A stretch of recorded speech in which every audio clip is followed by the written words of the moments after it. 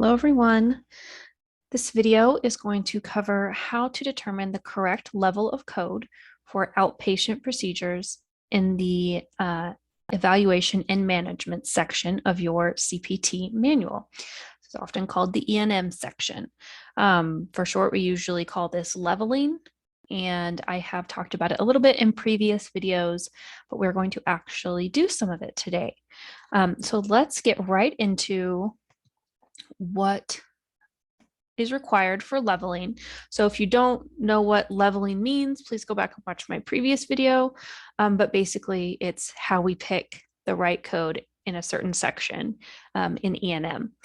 And in this particular video, we're just talking about the outpatient services. So that's going to be things that occur basically in clinics, nothing inpatient, nothing in a hospital, or anything that would require you to be admitted, like to a retirement home or something like that. Okay, so these are things done in an outpatient setting. There are two ways that you can select the correct code in outpatient services. You can either use medical decision making, or you can use total time for the service. Either one of these can be used to select the correct level, and it usually just depends on what information is available, what you have documented.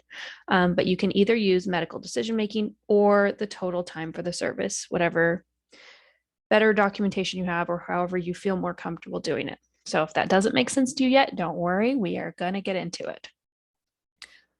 So using time to level outpatient services. Time is defined differently in each section. So what qualifies as the first level for a new patient is not the same thing as the first level for an established patient. So you need to make sure you are carefully reading the codes before you select one. For outpatient services, the content of the visit does not impact whether or not time can be used. So if you spend your entire 30-minute visit with your doctor going over a treatment plan, or if you spend the entire time receiving some kind of counseling for a chronic condition, it doesn't matter. Either way, we code it the same, and that's just an outpatient. So sometimes when you read through a case study, it might get a little confusing because they're listing a lot of information about what was discussed in that service, or what procedures were planned or medications managed or anything like that. But if you're using time to pick the correct level, this is not something you have to take into consideration. So it doesn't matter what the content of the visit was, as long as it was the provider directly providing the service. There is a new code in this section in the outpatient services, 99211, and that is used if the provider's time is spent supervising other staff that are providing a service. So if we run into that situation, we will talk more about it. But basically, what's important to know when you're using time is to just make sure you are reviewing each code before you select it, and don't assume that what works in one category is what works in a different one.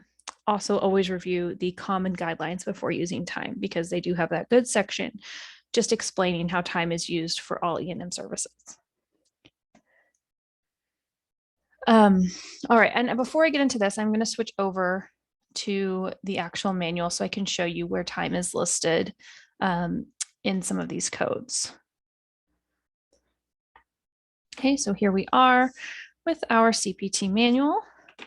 We're just going to flip up to office or other outpatient services. This is the section we're talking about today. Not terribly long. It just has the new patient and the established patient section. Okay, and then we get into hospital observation services. So this is not covered in outpatient. We're just looking at new and established. So you'll notice in here, we do have time listed: 15 to 29 minutes, 30 to 44 minutes. This one is 45 to 59 minutes, And this one is 60 to 74 minutes. Okay, so that is, if time is documented, you would select the code based exclusively on, they said 45 minutes. Here, this one says 45 minutes. We can use this code. All right. And then the same thing in the established, but just remember that they are what counts as level 1 here as this first code.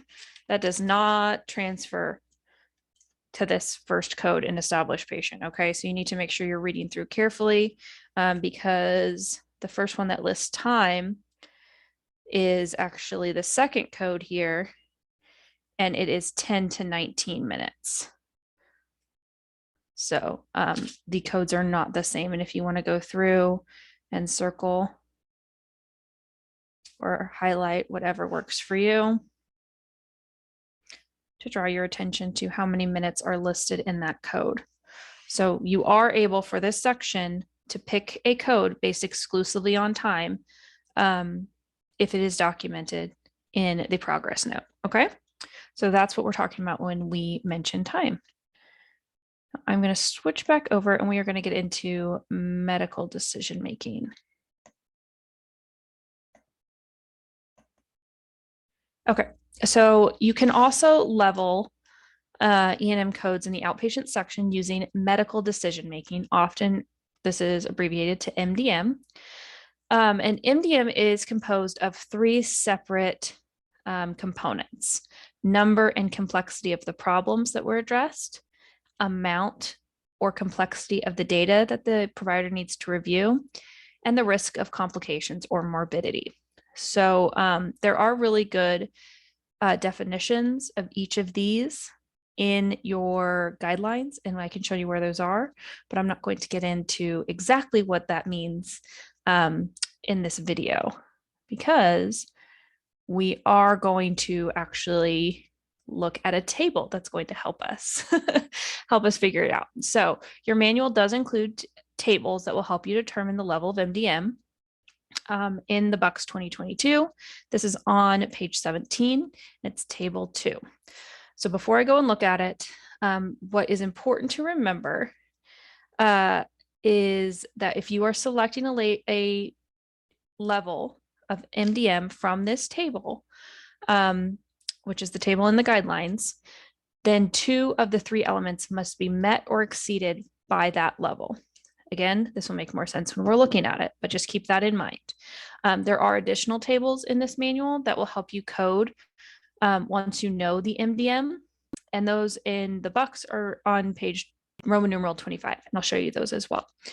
But keep this information in mind, and we're going to switch back over and I will show you what we're talking about.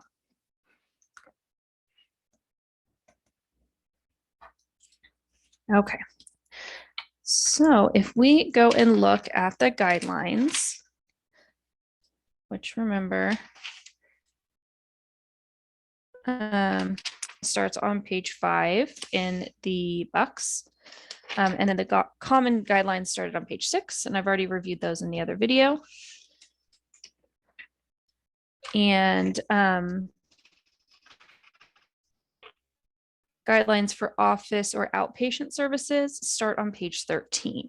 Okay, and this is where you can get really great explanations of what each the terms mean, and there's just incredible detail here that's very, very helpful. So I would recommend you review it, especially when we're talking about things like independent historians, independent interpretation. That can get very tricky. So if you run into those terms, I would come and review what they mean here in the guidelines before trying to pick the correct level of MDM. This is a table that I was talking about. It might seem overwhelming right now, but I promise you're actually going to really love this table when you get started using it. So this table helps us pick the MDM based on those elements that we talked about, which was the number or the complexity of the problems, the complexity of the data, and the risk of morbidity. So those are the 3 things that make up MDM. And what's great about this little chart is it gives you the code that's for each level. So we do have several levels here. It's going to be 4. So we're going to have the straightforward MDM, low MDM, moderate MDM, and then on the next page we have high MDM. Okay. So depending on which level you pick, that they have a code that's associated with that. And this is going to be the outpatient, or I'm sorry, the new patient or the established patient code. That's what those translate to. Okay. And you can always go back and double check them in the actual code list. Okay. But what is great about this little chart is it really helps you figure out what the level of MDM is very, very quickly. So you can come in and say, all right, we know we have one minor problem, so that's going to be in the straightforward level. If we know we have to do tests or review documents, review results from tests, then that's going to be a low level of data, okay? The straightforward level is going to have none, okay, or very, very little. And that's all going to be documented in whatever case you are coding for. And then it'll also tell you, this is probably the easiest category to pick, is if they're at a minimal risk, a low risk, a moderate risk, or a high risk of morbidity. Okay, so that's going to tell you they're going to have how risky is their situation. So what's important to know about when you are using this table specifically, when you get a case, it's not always going to all fit neatly into one category. It's not going to always say complexity was minimal, data was minimal, and complications were minimal. And so great, that's straightforward. I probably even barely need to look at the chart in order to pick the MDM for that. I'll know straightforward, these are the codes, great. However, a lot of times what you're going to get, particularly on the national exam or also in your workbooks, you're going to get the number of the complexity of problems was low, the data was moderate, but the risk of morbidity is low. So we're working in multiple categories. So the way that this works, remember, I told you to remember, that's kind of redundant, but I told you to remember that you need to have 2 of the 3 elements in the category.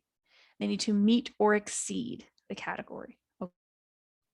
So if that's the circumstance, 2 of the 3, okay? So if we knew that we had a low level of complexity and a low level of morbidity and a moderate level of complexity of data, we would pick the low level of MDM, okay? Because we have 2 of the components met here, and all 3 meet this level or exceed, okay? So you need to meet or exceed the level of complexity. All right. So we would never try to skip up. So say we had level of problems, a limited amount of data, and minimal risk of morbidity. We would never jump up then and pick the moderate level. We would have to pick a level that met or exceeded. Okay. And so everything is going to be met or exceeded in that circumstance I just described would be by the straightforward. Okay. So we would never jump up if 2 of the 3 components were not met in this category. All right. So met or exceeded. Okay. So that might seem tricky now, but once we get started with it, again, I think it will make more sense. The other table I wanted to draw your attention to, you might remember in my walkthrough, I talked about these tables here at the front a little bit. So once you know the MDM, you can come and use these tables here at the front. Like I said, they're on Roman numeral page 15. And this one is for established patients at the bottom. And this one is for new patients. I would mark those because it's not super obvious. Even when I was first using them, I got confused because it wasn't like super glaringly obvious that which one was for new and which one was for established. So it's easy to switch them around. But this one is for new patients and this one is for established patients. So if you came in and you knew you had a new patient and they had a high level of MDM, you could come in here and go, here's high, go all the way over here to the X, and that shows you which code to use, which is 99205. So that helps you select the code here. So this is the code for outpatient services with a high level of MDM. Okay.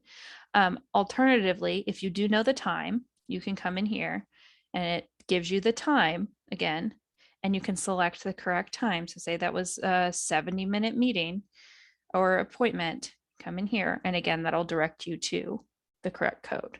Okay. And then the same thing for the outpatient. So let's go look at a couple of examples. We'll try it out.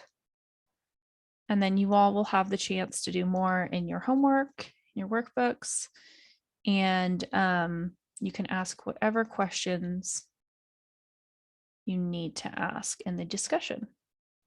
Okay, so let's try this practice scenario.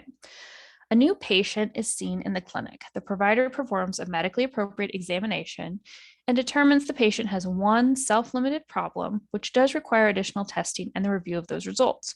The patient is at minimal risk of morbidity. Okay, so this is what we know about this scenario. We know it is a new patient. We know it's an outpatient setting. Obviously, we're only doing outpatient right now. We know the problem is minimal. Let's actually review that. It is self-limited. So it's actually going to be straightforward, right? So we know that it's a minimal problem. It's not something that's super extreme. It's limited to the patient. And we know that the data is limited. So there is some data. It's not no data, no testing, nothing like that that's required. There's some, but the risk is also minimal. So let's go ahead and look at our chart and try to make sense of this, okay?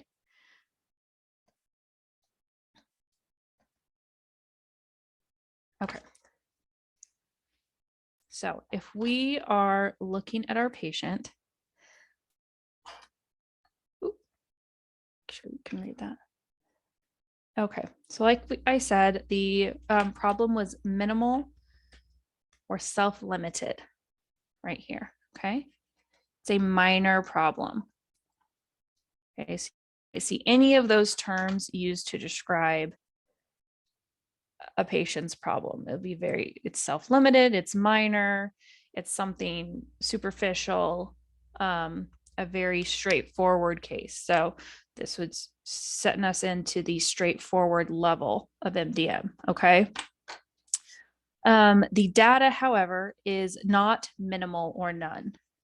It is limited because it said there's requiring some review of data. So we are now in the low level, okay? However, the patient's risk is minimal. So we do here, okay? So we are looking at straightforward, low, and straightforward, okay? Because we're in this straightforward category or low category. These are the two we're working with. Since two of them are met here, and all three are met or exceeded by this one, okay? All three of the elements are met or exceeded by straightforward. We're going to pick straightforward as our MDM, okay? Straightforward. And if you don't see how I arrived at that, please let me know. But hopefully that makes sense, that each of those categories was either met by this or it exceeded this level, okay? You wouldn't want to go down, but not that there is one that goes down. But, and you certainly wouldn't want to pick low because only one element was met by this level, okay? But two were met by this and all three were met or exceeded, okay? So that's straightforward. So now this is directing us to 99202 or 99212. And remember, I said that this would be new or established patients. That's what those two codes are. So you can do one of two things. You can come into the actual code set and you can look at the two codes that you were referred to, 99202 and 99212. So 99202 is new patient, straightforward medical decision making right here. Okay. And then the other one we are assuming is going to be for established patient. It's here. And this one is also straightforward medical decision making. Okay. So we would likely pick this one, 99202, because we know it's a new patient having an outpatient service with straightforward medical decision making. We don't know anything about the time, so we're not using time to level. Alternatively, you could come to the front.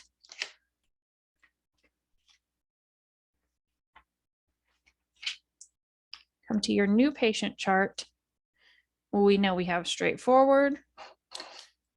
We're going to come to the X here, 99202. All right. And so that's also referring us to 99202.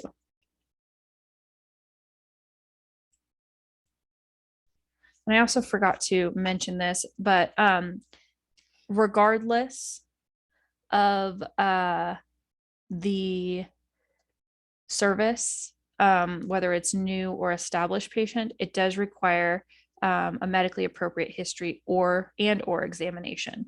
So it does require the provider to get some kind of history or perform some kind of examination. And that's pretty much always documented. The exception here is for 99211, which was that unique code that we talked about. So that's the only one that would not apply to, but we will get to that situation when it comes to us. But basically, if we are performing one of these outpatient services and we're determining MDM, then we know that a medically appropriate history or examination has been performed. Okay. So 99202 is the code that we're selecting based on this chart and also based on us reading the code description. All right. Let's go back to our PowerPoint and double check 99202. So that is how we picked the correct code for that one. Let's look at one more. This one's a little bit more complicated, so feel free to pause it and see what you can figure out. An established patient is seen in a clinic for management of two stable chronic illnesses. The complexity of the data requires independent interpretation of a test and discussion of that interpretation with an external provider. The patient is at moderate risk of morbidity. The provider spent 35 minutes coordinating care and counseling the patient. Follow-up appointments were scheduled and the patient was referred for additional supports in the community. So there is a lot of stuff going on here, right? Seems like a very complex service that was provided. We did referrals. We had to order some additional interpretation, had to consult with another provider, a lot going on. And we have two chronic illnesses. And then the patient is also at moderate risk of morbidity. So they're not out of the woods. They're not really doing that well if they're at moderate risk of morbidity, right? So here are the things that we can note from this scenario. I just cheated a little bit. Hopefully you didn't see that. So we know that the patient was established. We know that they have two chronic conditions that would put them in the moderate section of the MDM. We know that the data complexity was very high because they had to get an additional interpretation. They had to discuss that interpretation. There was a lot going on with the data. So it was very complex. And then we knew that the risk of morbidity was moderate. and that the time that was spent was 35 minutes. Okay. So let's go to the document camera.